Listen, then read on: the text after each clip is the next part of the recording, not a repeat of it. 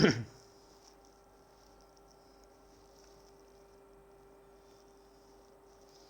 Everyone, good evening all of you. कैसे हैं आप सभी लोग? उम्मीद है आप सभी लोग बहुत अच्छे होंगे, अच्छे से होंगे और फर्स्ट क्लास होंगे। एक बार जल्दी से सभी लोग फटाफट से जुड़ जाइए अपनी इस क्लास में, जिस क्लास में हम लगभग हर एग्ज़ाम को टैकल करने के लिए सवालों पर चर्चा करते हैं और विशेष रूप से हमारा टारगेट होता है कि भाई अपकमिंग जो भी एग्ज़ाम है हम उस ही एग्ज़ाम को टारगेट करें। जैसे कि आप सभी लोगों ने देखा था एमटीएस के टाइम पे मैंने पूरा फोकस रखा एमटीएस के एग्ज़ाम पे। उसके अलावा जब सीएचएसएल का एग्ज़ाम रहा तो सीएचएसएल के एग्ज़ाम पर फोकस किया। जीडी का एग्ज़ाम हो रहा है तो जीडी के एग्ज़ाम पर अब हम फोकस कर रहे हैं। ठीक, एक बार जल्दी से क्लास को शेयर कर दीजिए और फटाफट से सभी लोग जुड़ जाइए। एक विद्यार्थी हैं, स्टूडेंट हैं, वो बोल रहे हैं कि भाई 91 क्वेश्चन अटेम्प्ट करके आए हैं एसएससी जीडी के आज एक शिफ्ट में, और वो बता रहे हैं लगभग 85 ठीक है, 85 क्वेश्चन उनके ठीक है 91 में से। और कह रहे हैं कि सर 100% इतने ठीक हैं, इतने क्वेश्चन 100% ठीक है। और भाई मैच वैच भी किए होंगे उन्होंने आके तो उस आधार पे वो बता पा रहे हैं। दयाल रॉयत जी बहुत बहुत स्वागत है, वेरी गुड इवनिंग, बहुत बहुत स्वागत है आप सभी का। चलिए स्टार्ट करते हैं क्लास। क्या करवाना है, क्या टारगेट है कराने का? तो टारगेट तो है भाई कि नौकरी लगवानी है तुम्हारी, बाकी तो बहुत कुछ है कराने के लिए जीवन में। तो बेसिकली आज स्टैटिक जीके और करंट अफेयर और कुछ पॉलिटी विशेष सवालों को डील करने की हम कोशिश करेंगे। यहाँ पे इंटरनेशनल रिलेशंस आईआर के संदर्भ में भी हम बात करेंगे, क्योंकि विद्यार्थी बता रहे हैं कि एक आधा क्वेश्चन इधर उधर का भी पूछा जा रहा है, इसीलिए थोड़ा बहुत और ढंग से गहराई में जाकर टैकल कर लेते हैं। चलिए स्टार्ट करते हैं क्लास। अगर आपने किसी भी प्रकार का कोई भी प्लस कोर्स लिया है, चाहे वो एसएससी कैटेगरी का हो, चाहे यूपीएससी कैटेगरी का हो, चाहे स्टेट पीसीएस का हो, चाहे कैट मैट किसी का भी क्यों ना हो, उसमें ये सभी बेनिफिट्स आपको नजर आएंगे। Personal guidance, test analysis, expert guidance, study material और स्टडी प्लानर, ये सभी चीज़ें आपको वहाँ पर नजर आएंगी। जैसे कि आप देख सकते हैं ये एक प्लस बैच रहेगा। इस बैच का प्राइस क्या रहेगा? प्राइस रहेगा 7800 रुपये, 7800। और ऐसा नहीं है कि आप वन टाइम में ही इसको पे करें, कंपल्सन नहीं है वन टाइम में पे कीजिए। अगर आपको लगता है कि भाई 7800 आपके पास एक साथ नहीं है तो आपको ईएमआई की सुविधा भी दी गई है। आप पर मंथ 325 रुपीज़ दे सकते हैं और अपने कोर्स को एंजॉय कर सकते हैं। 24 महीने की ड्यूरेशन में आपको 8 मंथ्स एडिशनल पढ़ने को मिलेंगे, और अगर 12 महीने वाला लिया तो वहाँ आपको 4 महीने एडिशनल पढ़ने के लिए मिलेंगे। अगर आपको लगता है कि भाई ये प्राइस फिर भी ज़्यादा है तो आप डिस्काउंट ले सकते हैं 10% का, यहाँ पर ये भी आपको बेनिफिट मिल जाएगा। क्लियर? इसके अलावा ये रहेगा आस्क का डाउट बाय अनअकैडमी। यदि आपका कोई डाउट है तो इस प्रोसेस को फॉलो करके अपना डाउट पूछिए। एडिशनल मंथ बेनिफिट ये हो जाएगा। ये रहेगा अपना रेज योर हैंड, एक फीचर आपको मिलेगा रेज योर हैंड का। अगर आपको लगता है कि भाई कि आपका चलती हुई क्लास में कोई डाउट आ रहा है तो इस फीचर का इस्तेमाल करके आप अपना डाउट क्लियर कर सकते हैं। इसके अलावा आप देख सकते हैं स्पेशल प्राइस, ये बेनिफिट मिल रहा है आपको, रिड्यूस कर दिया गया है 15%। एसएससी कैटेगरी में आपको ये बेनिफिट आप देख सकते हैं नज़र आ रहा है। अगर अभी आप कोर्स परचेज करना चाहते हैं तो कर लीजिए भाई साहब, बहुत अच्छा बेनिफिट चल रहा है अभी। क्लियर? और 15% तो यहाँ पर डिस्काउंट आपको मिल ही रहा है, मतलब 15% तो कंपनी ने ही प्राइस कम कर दिया है, साथ में एडिशनल भी आपको बेनिफिट दिया जाएगा अगर आपने यूज़ किया कोड CM10। अगर ये कोड आपने यूज़ किया तो 10% का डिस्काउंट आपको और मिल जाएगा। इसके अलावा ये रहेगा अनअकैडमी के द्वारा करवाया जाने वाला कॉम्बैट एवरी संडे दोपहर 12 बजे। 40 सवालों के जवाब दीजिए 50 मिनट में और जीत लीजिए 1 करोड़ तक की scholarship. All set, let's crack it. पहला सवाल आपकी स्क्रीन पर है, फर्स्ट क्वेश्चन आपकी स्क्रीन पर है।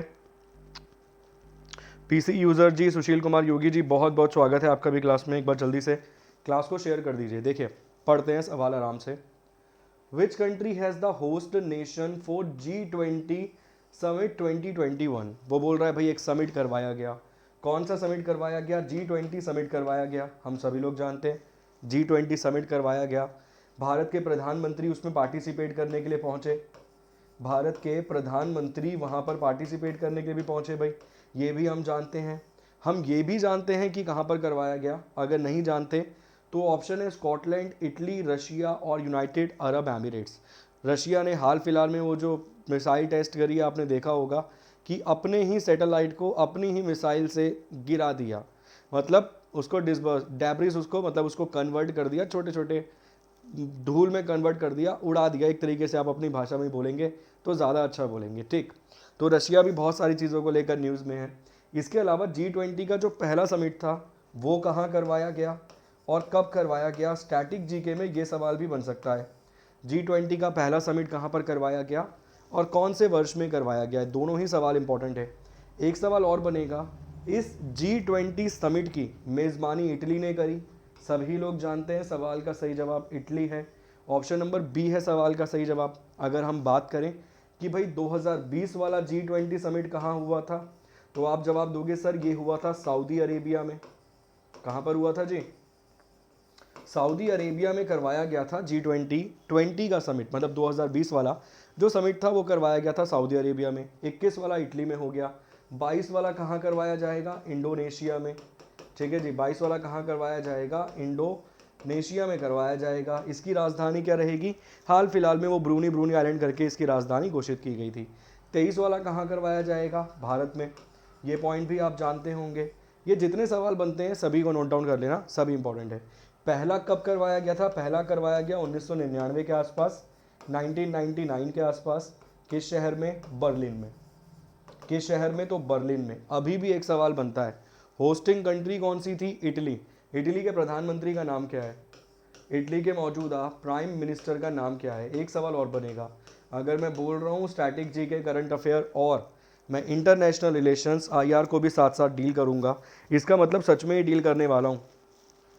ठीक, एक सवाल और पूछा, एक सवाल और नया आपने देख लिया।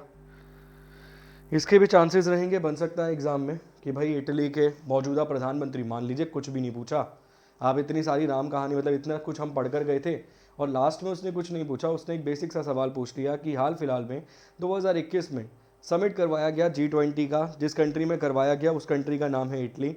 30-31 अक्टूबर के आसपास ये समिट करवाया गया। बताइए इटली के प्रधानमंत्री का नाम क्या है? वो बचपन में एक गेम खेली होगी आपने, मारियो, याद है? बस वही याद रखिए, उनका नाम क्या है। उनका नाम मिलेगा आपको मारियो ड्रैगी, उनका नाम आपको मिल जाएगा। मगर मैं आपको सजेशन दूंगा, आप केवल मारियो भी अगर याद रखेंगे ना तब भी काम चल जाएगा। भाई हम तो वैसे ही इतनी सारी चीज़ों को याद करके बैठे हैं, तो ज़्यादा चीज़ों को बढ़ाने से बेहतर है कि जो याद कर रखा है उसी पिटारे में से कुछ निकालिए ना, उसी पिटारे में से कुछ निकाल कर आगे बढ़ा दीजिए, कन्वे कर दीजिए, या मेमोरी को और शार्प कर लीजिए। तो बचपन में जो गेम खेली थी मारियो, वही है इटली के मौजूदा प्रधानमंत्री, प्राइम मिनिस्टर। अगर सवाल पूछ जाए कि हेडेड बाय विच पर्सन, तो आप जवाब देंगे हेडेड बाय मारियो। मारियो ड्रैगी ही रहेगा इनका असली नाम। मारियो ड्रैगी रहेगा इनका असली नाम, रियल नेम। मारियो से भी काम चल जाएगा। तो कितने सारे सवाल बने इस एक क्वेश्चन में? पहला सवाल, समिट कहाँ करवाया गया? सवाल का जवाब इटली था। इटली की राजधानी रोम में करवाया गया। दूसरा सवाल ये हो गया। तीसरा सवाल था कि भाई 2020 वाला कहाँ? चौथा सवाल 2022 वाला कहाँ? पांचवा सवाल 2023 वाला कहाँ?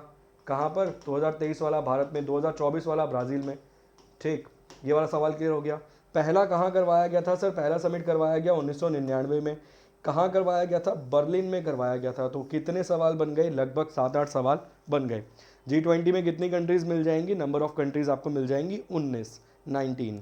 अगला सवाल देखते हैं। नेक्स्ट क्वेश्चन आपकी स्क्रीन पर है। ये रब करने की ज़रूरत तो चलिए नहीं है, कोई नहीं। अगला सवाल है, द गंगा उत्सव 2021 द रिवर फेस्टिवल। इसको अंडरलाइन कर लीजिए, इसको हाईलाइट कर लीजिए। ठीक, द गंगा उत्सव 2021 the river festival is which edition of annual Ganga festival? Ganga उत्सव 2021 द ईयर फेस्टिवल, वार्षिक गंगा उत्सव का कौन सा संस्करण है? मतलब ये जो वार्षिक गंगा उत्सव मनाया जा रहा है उसका कौन सा संस्करण ये है? ऑप्शन है पांचवा है, चौथा है, तीसरा है, या फिर ये छठा संस्करण है। अगर हम बात करें भाई, तो गंगा हमारे भारत की एक बहुत पवित्र नदी है, तो वही पवित्रता को सेलिब्रेट करने के लिए आप इस उत्सव को मना रहे हैं। इसके साथ साथ बाकी नदियों की विशेषताओं को बताने के लिए भी आप ये उत्सव मना रहे हैं। अगर आपसे कोई पूछे क्यों मना रहे हैं, तो आप जवाब देंगे कि गंगा की ग्लोरी को सेलिब्रेट करने के लिए, उसकी पवित्रता को महोत्सव के रूप में मनाने के लिए हम मना रहे हैं गंगा महोत्सव उत्सव, जिसे हम बोल रहे हैं द रिवर फेस्टिवल। और साथ साथ भारत में बहने वाली अन्य नदियों की भी विशेषता को बताने के लिए हम इस उत्सव को मना रहे हैं। अब सवाल यहाँ पर यह है कि कौन सा संस्करण यहाँ पे मनाया गया? जवाब दीजिए भाई। नदी उत्सव भी याद रखना, मान लीजिए एग्जाम में डायरेक्ट नदी उत्सव ही आ गया। छठा संस्करण, बहुत बढ़िया, बहुत सारे विद्यार्थी जवाब दे रहे हैं छठा। सवाल का सही जवाब पांचवा है। कौन सा संस्करण बनाया गया जी? पांचवा संस्करण बनाया गया। अब यहाँ तक का सवाल तो आपने समझ लिया, स्टैटिक करंट मिक्स करके समझ लिया। अब देखते हैं कि और क्या एग्जाम में सवाल बन सकते हैं। सवाल बन सकता है, एशिया की सबसे लंबी नदी कौन सी है? एशिया की लॉन्गेस्ट रिवर कौन सी है? सर ये बिल्कुल बेसिक सवाल है, आप लोगों के लिए। इनके जवाब देने की मेरे हिसाब से मुझे आवश्यकता नहीं पड़ेगी। एशिया की सबसे लंबी नदी कौन सी है? उसका नाम वाई से शुरू होगा, आप ट्राई कर लीजिए। भारत की सबसे लंबी नदी कौन सी है सर? भारत की सबसे लंबी नदी कौन सी है? लॉन्गेस्ट रिवर ऑफ इंडिया, सबसे लंबी नदी भारत की कौन सी है? ठीक, दूसरा सवाल। तीसरा सवाल है सर, ऐसी कौन सी नदी है जो भारत में प्रवेश करते हुए आकृति बनाती है घोड़े की नाल की? ऐसी कौन सी नदी है जो भारत में एंट्री करते हुए, भारत में प्रवेश करते हुए, भारत में प्रवेश करते हुए आकृति बनाती है, ठीक है ना, एक स्ट्रक्चर बनाती है, एक आकृति बनाती है, जिस आकृति को हम क्या कहेंगे? जिस आकृति को हम कहेंगे सर घोड़े की नाल। जो घोड़े के पैर में वो नाल लगी होती है ना, वो वाली घोड़े की नाल की मैं बात कर रहा हूँ, ठीक है। इसके अलावा एक सवाल आपसे और पूछूंगा, दक्षिण भारत की गंगा किसे कहा जाएगा? साउथ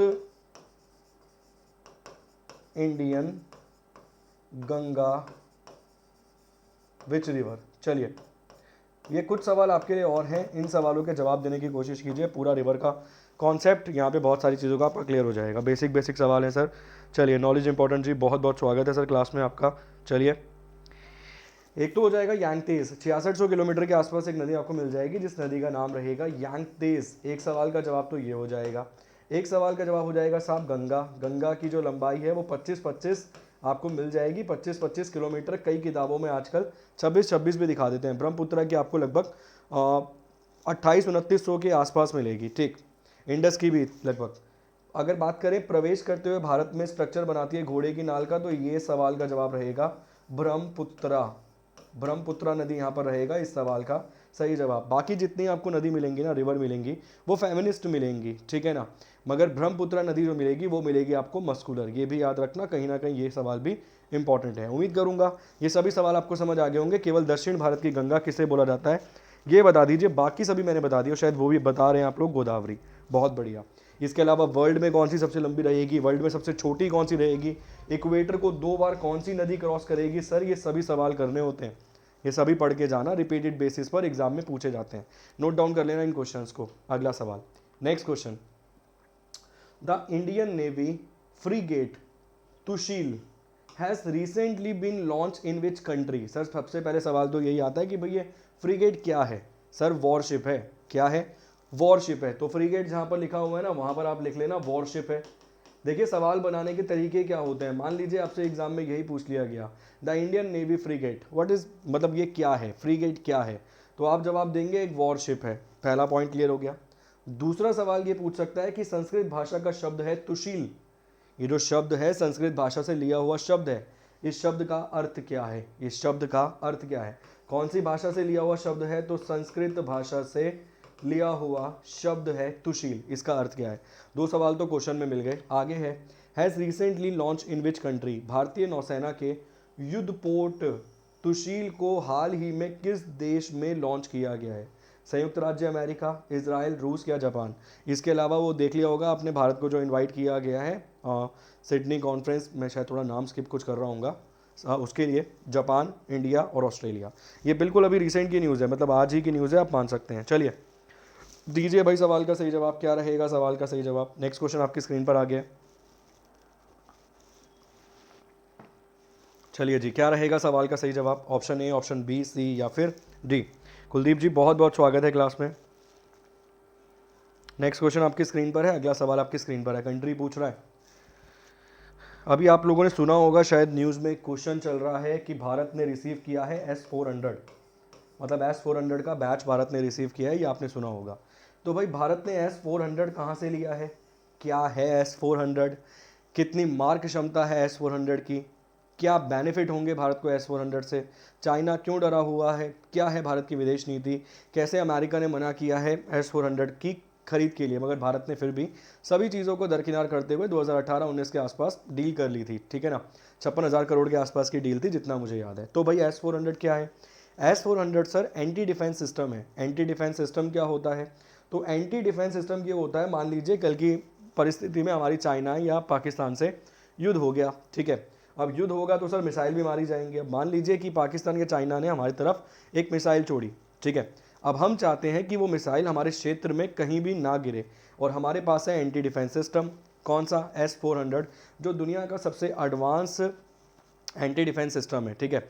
इसराइल के डोम सिस्टम से भी ज़्यादा एडवांस एंटी डिफेंस सिस्टम ये है, चाइना के पास भी है ये, क्लियर। अब हमने इसको तैनात कर रखा था चाइना की तरफ भी, इधर की तरफ भी, पाकिस्तान की तरफ भी मिसाइल आई सर। इस 400 का मतलब है कि 400 किलोमीटर दूरी पर ही हम उस मिसाइल को गिरा देंगे इस एंटी डिफेंस सिस्टम से। एक पॉइंट क्लियर। भारत ने कहाँ पर इसको लॉन्च किया है? इसको लॉन्च किया गया रशिया में। रशिया के जो अभी मौजूदा राष्ट्रपति हैं उनका नाम है व्लादिमीर पुतिन। व्लादिमीर पुतिन के बारे में बहुत सारी बातें प्रचलित हैं, मगर उसमें से एक विशेष जो अभी न्यूज़ में चल रही है, आप सभी लोग जानते हैं कि भाई कहीं ना कहीं अमेरिका और रशिया के संबंध बहुत नाजुक परिस्थिति से गुजर रहे हैं, ठीक है ना। इसके अलावा रशिया की जो राजधानी है वो मॉस्को रहेगी, कंट्री करेंसी जो है वो रूबल रहेगी, ये भी याद रखना, ये भी इंपॉर्टेंट है, ठीक। जितने फैक्ट्स बनते हैं, जितने पॉइंट्स बनते हैं, उम्मीद करूंगा आपको समझ आ गए होंगे, मगर फिर भी एक सवाल और बनता है सर अभी कि ये तुशील का अर्थ क्या है? इसका मतलब है विच मीन्स प्रोटेक्टर शील्ड। इसका अर्थ क्या है? इसका अर्थ है प्रोटेक्टर शील्ड। प्रोटेक्टर शील्ड है इसका अर्थ। उम्मीद करूंगा अगर मान लीजिए एग्जाम में केवल इतना ही समझ सवाल आ गया कि the Indian Navy frigate Tushil, Tushil का जो शब्द है वो संस्कृत भाषा से लिया गया है, बताइए तुशील का अर्थ क्या है? तो आप अर्थ बताएंगे प्रोटेक्टर शील्ड है इसका अर्थ। उम्मीद करूंगा आप सारे पॉइंट क्लियर हो गए होंगे। नेक्स्ट क्वेश्चन, अगला सवाल। Sports minister has inaugurate 3 new Khelo India sports centre of excellence at Delhi, Lucknow and Chennai. With this how many Khelo India sports centre of excellence are now operational in India? खेल मंत्री कौन है? तो आप जवाब देंगे सर अनुराग ठाकुर हैं। अनुराग ठाकुर से पहले कौन थे? किरण रिजिजू थे। किरण रिजिजू अभी मौजूदा समय में क्या संभाल रहे हैं? तो वो संभाल रहे हैं कानून मंत्रालय, लॉ मिनिस्ट्री। वो संभाल रहे हैं कानून मंत्रालय, लॉ मिनिस्ट्री वो संभाल रहे हैं, ठीक।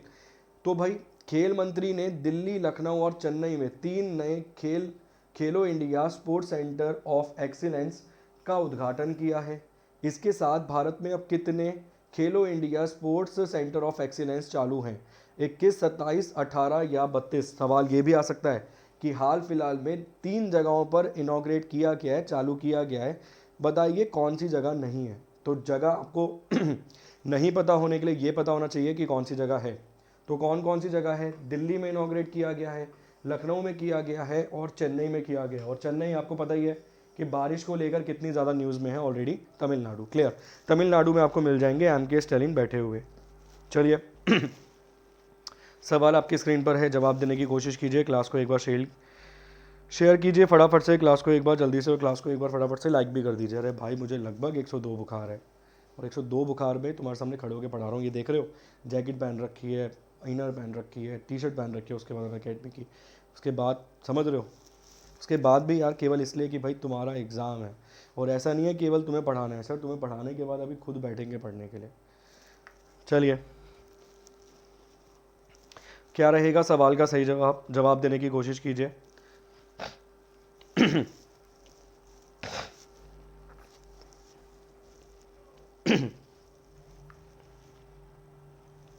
अगर हम बात करें तो यहाँ पे सवाल का सही जवाब है option number B. 27 centre inaugurate कर दिए गए हैं 26 राज्य और केंद्रीय शासित प्रदेश में, क्लियर। 27 सेंटर्स को इनॉग्रेट किया गया है 26 राज्य केंद्रीय शासित प्रदेश में। 26 में राज्य भी हैं और केंद्रीय शासित प्रदेश भी हैं, अलग अलग मत पढ़ लेना कि 26 ही राज्य और 26 ही केंद्रीय शासित प्रदेश। मैं बोल रहा हूँ 26 राज्य एवं केंद्रीय शासित प्रदेश में 27 सेंटरों को इनॉग्रेट किया गया है। कौन है मौजूदा समय में स्पोर्ट्स मिनिस्टर? तो ये भी याद रखना, इनका नाम है अनुराग ठाकुर। ये सवाल भी पूछ सकता है एग्जाम में, अगर आपका बेसिक कोई पेपर है तो ये सवाल भी पूछे जाने के चांसेस रह सकते हैं। ऑप्शन नंबर बी है सवाल का सही जवाब, 27, 27। Next question, which international financial institution has signed $40 million health project agreement with India for the state of Meghalaya? किस अंतर्राष्ट्रीय वित्तीय संस्थान ने मेघालय राज्य के लिए भारत के साथ 100 मिलियन अमेरिकन डॉलर के स्वास्थ्य परियोजना का समझौते पर हस्ताक्षर किए हैं?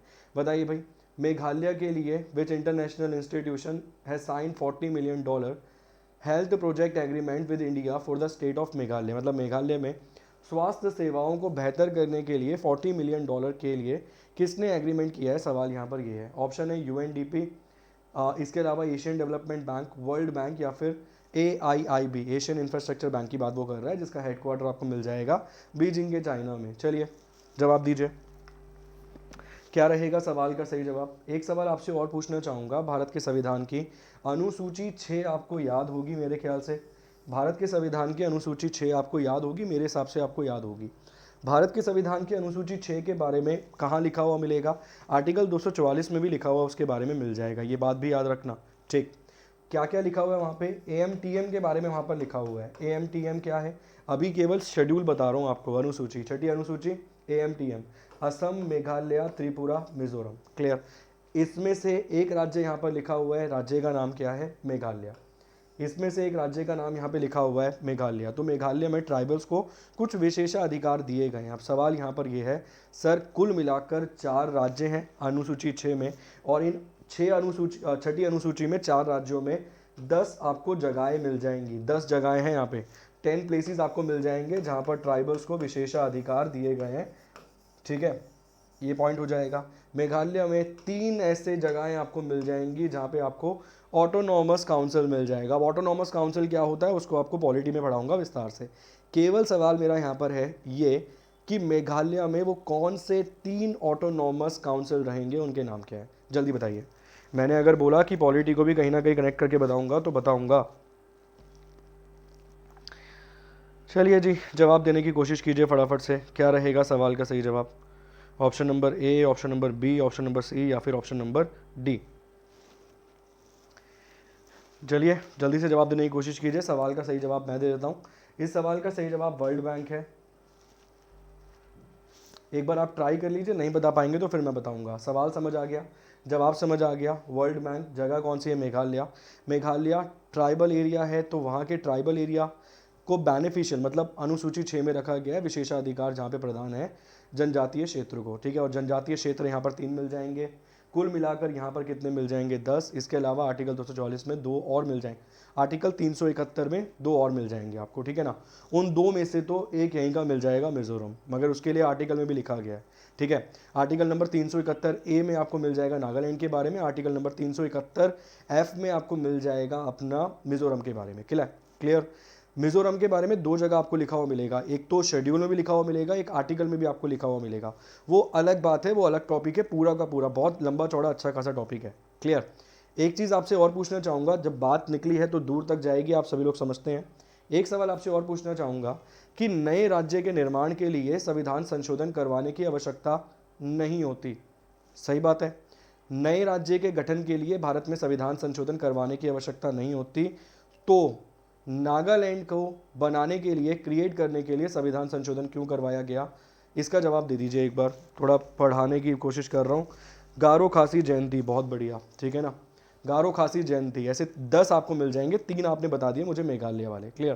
त्रिपुरा में आपको 1 मिल जाएगा, बाकी जगहों पर आपको 3 3 3 और 1। चलिए जी, सवाल समझ आया? क्या बोला? मैं नेक्स्ट क्वेश्चन लगा देता हूँ, आप जवाब ट्राई करते रहिए बीच बीच में। G20 जो समिट हुआ है ना 2021 में, जो मैंने आपको बता दिया इटली में हुआ है। इटली में प्रधानमंत्री कौन है? मारियो नाम के। समिट कौन से नंबर का है? सवाल यहाँ पर ये है, जो ये समिट करवाया गया G20 शिखर सम्मेलन 2021, वार्षिक आयोजन कौन सा संस्करण था ये? 16वां, 18वां, 20वां या 16वां? चलिए, क्या रहेगा सवाल का सही जवाब? एक सवाल आपसे और पूछा है, ट्राई कीजिए फटाफट से, जल्दी से। भारत में एक नया राज्य बनाने के लिए जब संविधान संशोधन करवाने की आवश्यकता नहीं होती है, तो नागालैंड को बनाने के लिए क्यों करवाया गया था संविधान संशोधन? इवन मिजोरम को भी बनाने के लिए संविधान संशोधन करवाया गया था। एक के लिए आपको मिलेगा 13वां संविधान संशोधन सन 1962, इसके अलावा एक के लिए आपको मिलेगा सर 53वां संविधान संशोधन सन 1986, 1986। एक समय पर सरकार आपको मिलेगी पंडित जवाहरलाल नेहरू की, और एक समय पर सरकार आपको मिलेगी राजीव गांधी की। राजीव गांधी भारत के सबसे युवा प्रधानमंत्री, और कहते हैं कि सबसे कम उनको राजनीतिक के बारे में ज्ञान था। ठीक है ना, क्योंकि बहुत कम उम्र में प्रधानमंत्री बन गए, और उनकी राजनीति में कोई ऐसी रुचि भी नहीं थी, वो एक पायलट थे। अरे नहीं, नहीं आता तो बोल तो दिया करो कि नहीं आता सर, बता दीजिएगा, मतलब हम तो बता पाएंगे तुम्हें फिर, वरना हम तो एक्सपेक्ट करते हैं ना कि भैया कहीं ना कहीं से कर रहे होगे ट्राई। इसका जवाब दीजिए पहले तो, फिर उसका जवाब मैं आपको देता हूँ। इस सवाल का सही जवाब क्या है? सवाल का सही जवाब है ऑप्शन नंबर डी, 16। ठीक, इस सवाल का सही जवाब क्या है? सवाल का सही जवाब है 16, 16वें नंबर का। चलिए जी, अगर विशेषा राज्य मतलब विशेष राज्य को अगर बनाना है तो उसके लिए संविधान संशोधन करवाना पड़ेगा। आपने देखा होगा सिक्किम के लिए भी संविधान संशोधन करवाया गया था। क्लियर? तो अगर आपको एक विशेष राज्य बनाना है तो विशेष राज्य के लिए आपको संविधान संशोधन करवाना पड़ेगा। और विस्तार से अगर आप जानना चाहते हैं तो जुड़ना पॉलिटी की जो फ्री क्लासेस हमारी चल रही हैं एप्लीकेशन पे, उन क्लासेस में। ठीक, सवाल का सही जवाब 16 है। अगर पहली बात करें तो कब करवाया गया? 1999 में। बीच में मिस भी होंगे ना, ऐसा नहीं है, कंटिन्यू चल रहे हैं। इसके अलावा कहाँ करवाया गया? बर्लिन में, ये वाला इटली में, और इटली के प्रधानमंत्री का नाम Mario. Next question, centre has formed an empowered group of secretaries headed by cabinet secretary to review and monitor implementation of the PM Gati Shakti National Master Plan, the EGOS, how many members? देख लीजिए एक बार सवाल क्या है। EGOS की full form ये आपको दिख रही होगी, empowered group of secretaries. Hindi में है केंद्र ने पीएम गति शक्ति राष्ट्रीय मास्टर प्लान NEGOS के कार्यान्वयन की समीक्षा और निगरानी के लिए कैबिनेट सचिव की अध्यक्षता में सचिवों का एक अधिकार प्राप्त समूह का गठन किया है। बताइए इसमें कितने सदस्य हैं, कितने मेंबर्स हैं? सवाल केवल ये है।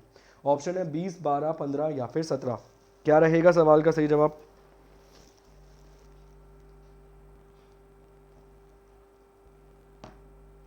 चलिए जी, फटाफट जवाब देने की कोशिश कीजिए, क्या रहेगा सवाल का सही जवाब? ऑप्शन ए, ऑप्शन बी, सी या फिर डी?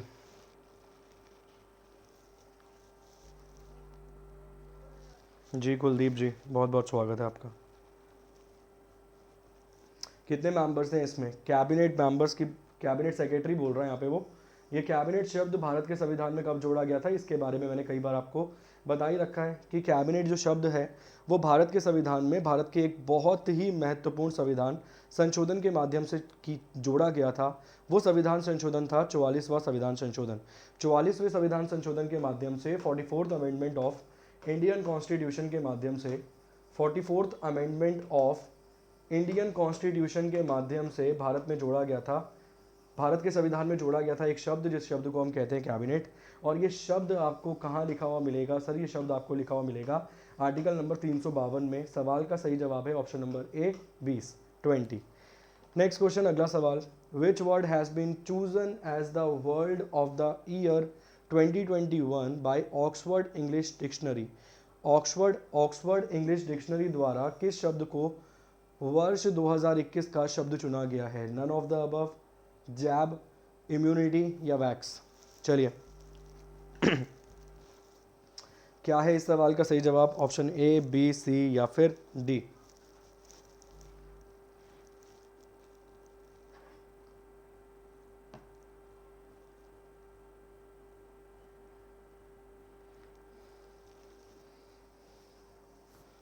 सवाल का सही जवाब रहेगा वैक्स। वैक्स को कहीं ना कहीं आप समझ सकते हैं कि वैक्सीनेशन की बात कर रहा है वो, ठीक है ना। ऑप्शन नंबर डी है सवाल का सही जवाब। अगर आपसे पूछ लिया जाए कि what is the meaning of wax, ये एक लैटिन लैंग्वेज वर्ड आपको मिल जाएगा। वैक्स से आप ड्राइव कर पाएंगे वक्का को, या फिर वैक्सीनेशन की तरह एक शब्द आपको मिल जाएगा वक्का, ठीक है ना।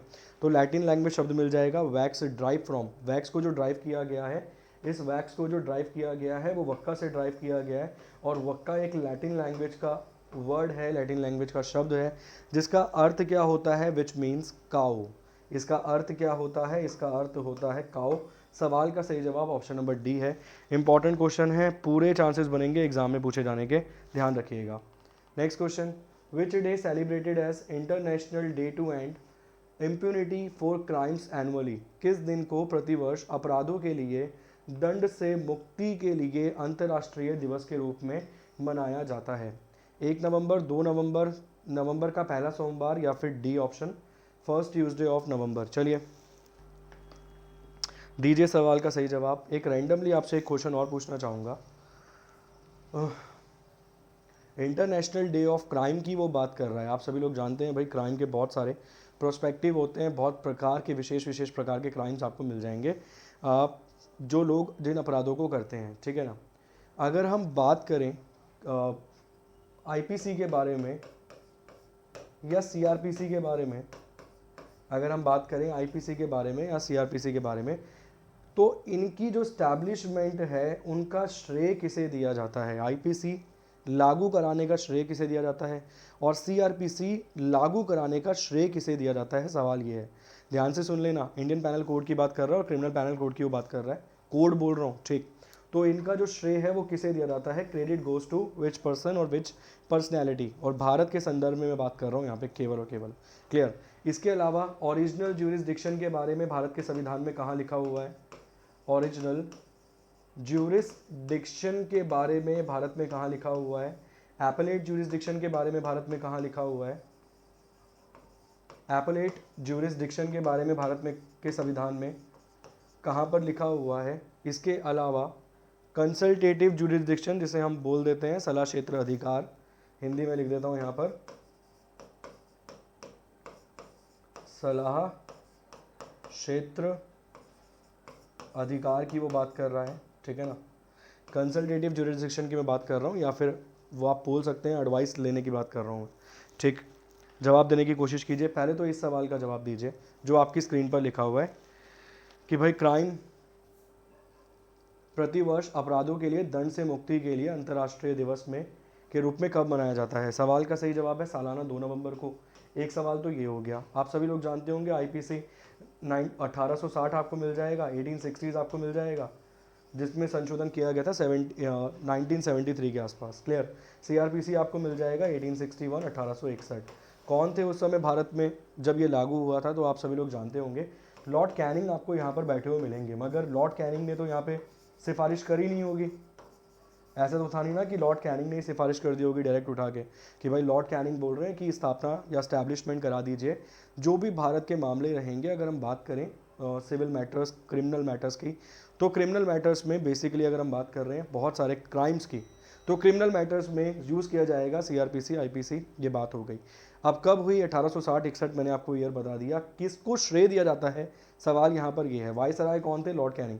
ये पॉइंट अलग हो जाएगा, ध्यान रखना। फादर ऑफ इनकम टैक्स, या फिर भारत में इनकम टैक्स का जन्म किसके द्वारा हुआ? तो भाई ये मिल जाएंगे, ठीक है ना, लॉर्ड कैनिंग।